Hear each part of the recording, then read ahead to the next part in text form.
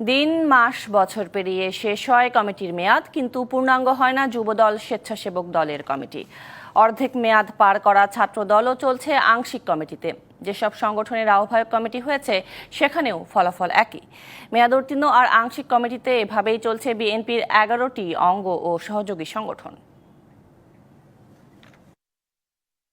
বিএনপির গঠনতন্ত্র অনুসারে 9টি সংগঠনকে অঙ্গ এবং ছাত্রদল ও শ্রমিক দলকে সহযোগী সংগঠনের স্বীকৃতি দেওয়া হয়েছে।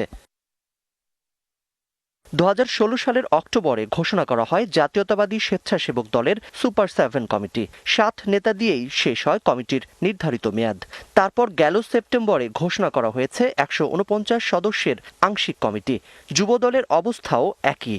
5 নেতা দিয়ে 2017 সালের জানুয়ারিতে যুবদলের ঘোষিত কমিটির নির্ধারিত মেয়াদও শেষ হয় পূর্ণাঙ্গ কমিটি ছাড়াই। মেয়াদ শেষে গেল ফেব্রুয়ারিতে 109 জনকে নতুন করে যুক্ত করে যুবদল। এখনো পূর্ণাঙ্গ হয়নি এই কমিটি। আর মেয়াদের অর্ধেক পার হয়ে গেলেও পূর্ণাঙ্গ হয়নি ছাত্র দলের কেন্দ্রীয় কমিটি।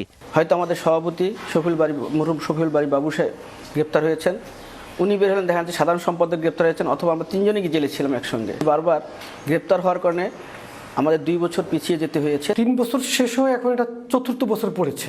খুব বেশি মেয়াদ উত্তীর্ণ হয়ে গেছে এটা আমি মনে করি না। আমার কাছে মনে হয় যে শুধু মেয়াদটাকে কাউন্ট না করে একটা সংগঠনের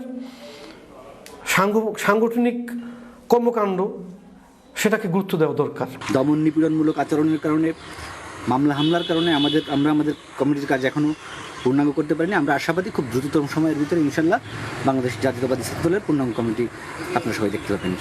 পূর্ণাঙ্গ কমিটি থাকলেও মেয়াদ শেষ জাতীয়তাবাদী মহিলা দল, শ্রমিক দল সহ বেশ কটি সংগঠনের। 16 সালে আমি ম্যাডামকে, আমাদের মাননীয় নেত্রী বলেছি যে ম্যাডাম আমাদের কিন্তু 2 বছর অতিক্রম করেছে, আপনি আমাদের সম্মেলনটা করে দেন। তখন উনি বলতে যাচ্ছে ঠিক আছে বলে, কিন্তু সেটা অনেক কারণে এটা হয়নি। তখন 2 বছরের ভিতরে বাংলাদেশ জাতীয়তাবাদী মহিলা দল একমাত্র দল সংগঠন যে সংগঠনটি পূর্ণাঙ্গ কমিটি করতে পেরেছে পর্যন্ত। এত প্রতিকূলতার মধ্যে আমি মনে করি যে কমিটি পূর্ণাঙ্গের মাধ্যমেই নেতা কর্মী জাগ্রত হয়। নিয়মিত কাউন্সিল হওয়া উচিত, এতে নতুন নেতৃত্ব আসতে পারে সংগঠনের বিকাশ লাভের জন্য।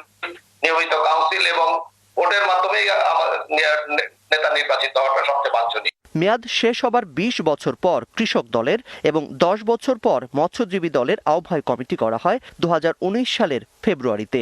2 মাস পর 14 বছরের পুরনো ওলামা দলের কমিটি এবং 1 যুগের বেশি পার করা তাঁতি দলের কমিটিও ভেঙে আহ্বায়ক কমিটি করা হয়। নির্দেশ দেয়া হয় 3 মাসের মধ্যে কাউন্সিলের মাধ্যমে পূর্ণাঙ্গ কমিটি করার। সেই থেকে আহ্বায়ক কমিটি দিয়েই চলছে সংগঠনগুলো। Zakaria Ahmed, BBC news, Dhaka.